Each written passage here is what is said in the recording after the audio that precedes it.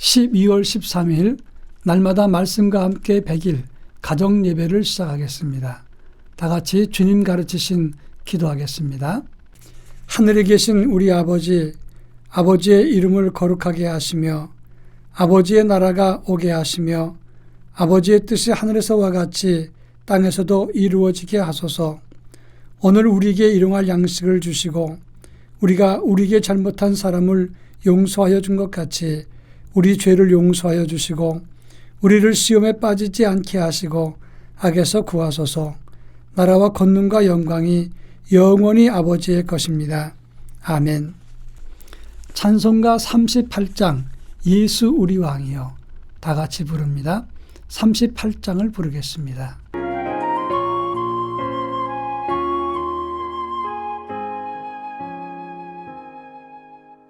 예수 우리 왕이여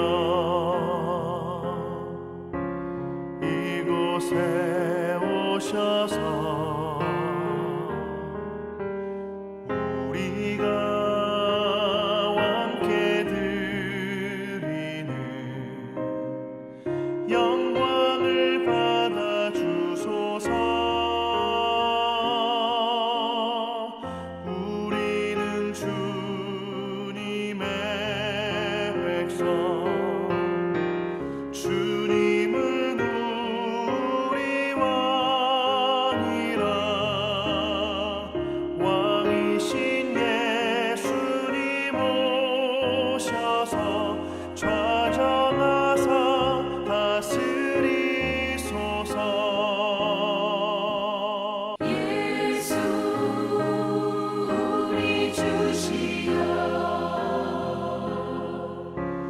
이곳에 오셔서 우리가 주께 드리는 찬양을 받아 주소서.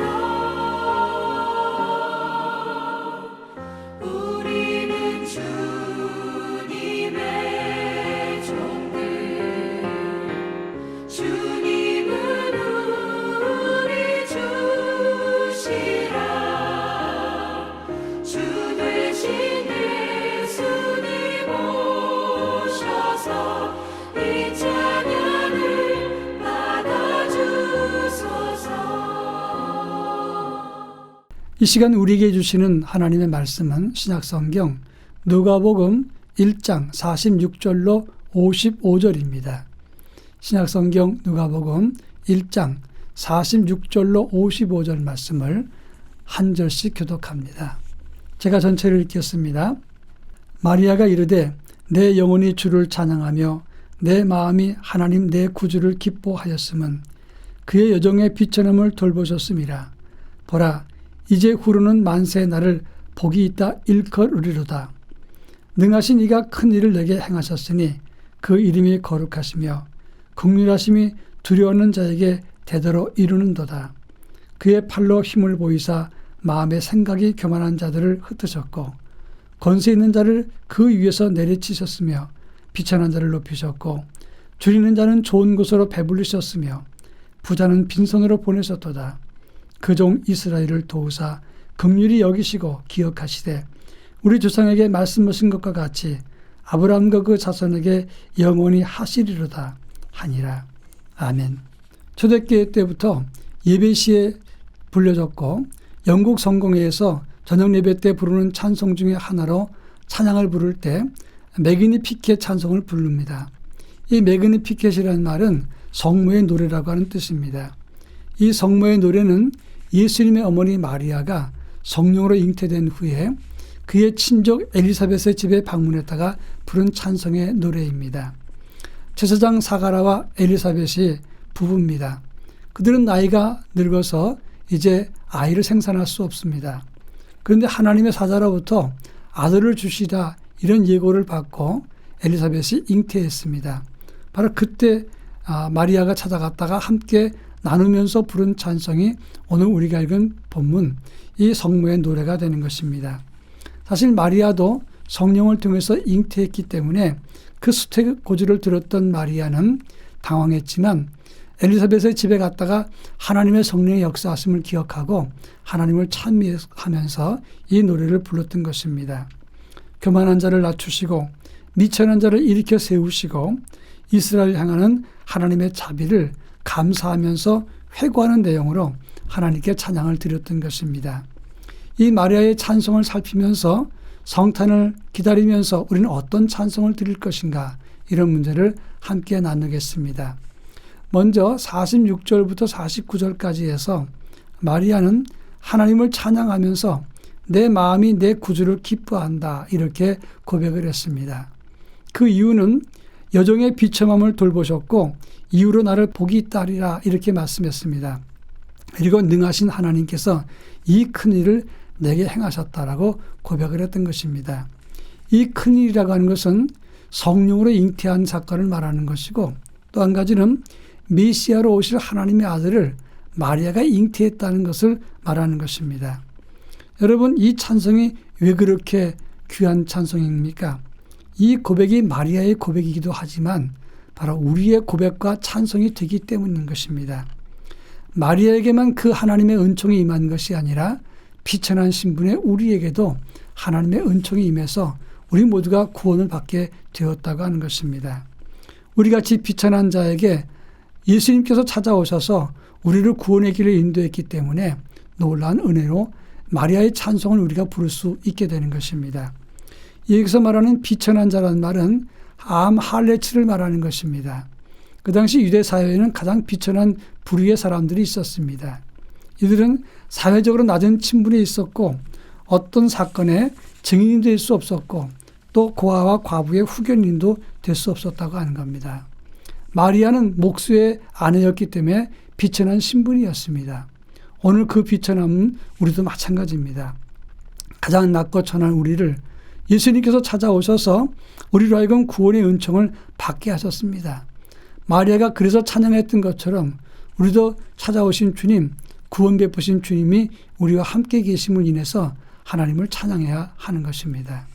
그런가 하면 51절부터 53절에서는 그의 팔로 힘을 보이사 마음의 생각이 교만한 자를 흩으시고 권세 있는 자를 내리쳐서 낮추시고 비천한 자는 높이시고 줄이는 자에게 좋은 곳으로 배불리셨다라고 찬송을 했습니다. 부하고 교만된 자, 모든 부자가 나쁘다는 뜻이 아닙니다. 잘못된 권력과 부를 사용해서 그리고 교만을 누리면서 사람들에게 횡포하는 그런 사람들을 하나님이 낮추시겠다고 말씀하고 있는 것입니다. 반대로 하나님 앞에서 겸손하고 그리고 낮은 자, 그리고 가지지 못하고 아무것도 없지만 하나님 바라보는 그런 사람들을 하나님이 높이시고 그들을 부하게 하신다고 하는 것입니다. 인간 사회는 스스로 공의를 세우기가 참 어렵습니다. 힘으로 정권을 탈취한 사람이 정의사회 구현이라 그런 캐치플레이즈를 내놨습니다. 또 국민의 힘으로 정권을 가진 사람도 공정가치를 실현하지 못합니다. 인간의 한계가 죄성을 가졌기 때문에 그렇습니다. 하나님만이 공의로운 세상을 만들 수가 있는 것입니다. 우리 모두가 주 안에 있을 때 하나님의 공의와 하나님의 평화가 그리고 하나님의 정의가 세워지게 된다고 하는 것입니다. 그런 의미에서 우리 믿는 성도들은 항상 자기 생각에 멈추는 것이 아니라 그리고 거기에 머물러 있고 그것을 주장하는 것이 아니라 하나님의 복음의 본질 안에서 하나님 나라를 바라봐야 된다고 하는 점입니다. 마지막으로 54절부터 55절에 보면 마리아가 간구하면서 찬양하는 형식입니다. 마리아는 이스라엘을 도우사 긍휼히 여겨주소서, 아브라함과 그 후손 자손들에게 하나님 약속이 이루어지게 하소서, 이렇게 기도하면서 하나님을 찬양했다고 하는 것입니다. 그 당시 마리아는 나이도 어리고 배운 것도 별로 없고 재산도 없고 비천한 신분의 사람이었습니다. 그러나 그 마리아도 그의 소망은 하나님께서 이스라엘을 긍휼히 여겨달라고 하는 것이었습니다. 이것은 지상에 있는 이스라엘 나라를 말하는 것입니다. 동시에 궁극적으로는 하나님 나라가 바르게 세워지도록 하나님 앞에 간절한 마음으로 간청했다는 것을 의미하는 것입니다. 그런 차원에서 믿는 성도들의 소원과 간절함과 간구도 그리고 한 해를 마지막 마무리하면서 우리가 가져야 될 기도의 제목도 이 땅에 하나님의 뜻이 펼쳐지기를 위해서 기도해야 한다고 하는 것입니다. 동시에 하나님의 공의의 나라가 바르게 세워지도록 그의 나라와 그의 의를 위해서 기도해야 된다고 하는 것입니다. 우리 모두가 한 해를 잘 마무리하면서 오실 주님을 기다리면서 하나님 나라가 세워지기를 위해서 간절한 마음으로 기도해야 할 것입니다. 다 같이 기도하겠습니다. 먼저는 우리가 하나님 앞에서 구원의 은총을 받게 된 것을 감사하는 기도를 드리고, 그리고 두 번째는 하나님의 나라가 바르게 세워지기 위해서 이 땅에 평화가 임하기 위해서 간절한 마음으로 기도할 것입니다. 기도합니다.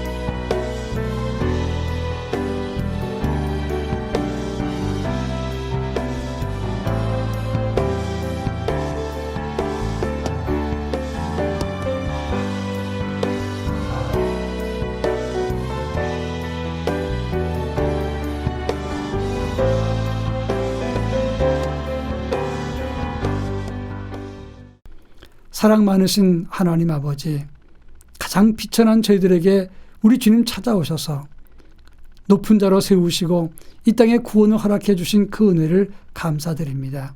구원받은 것, 그리고 하나님이 우리와 함께 하시는 것을 감사하는 믿음을 가질 수 있도록 은혜를 더하여 주옵소서. 그리고 이 땅에 하나님 평화가 임할 수 있게 하시고 하나님 나라가 바르게 세워지는 은총을 허락하여 주시옵소서. 예수님의 이름으로 간절히 기도합니다. 아멘.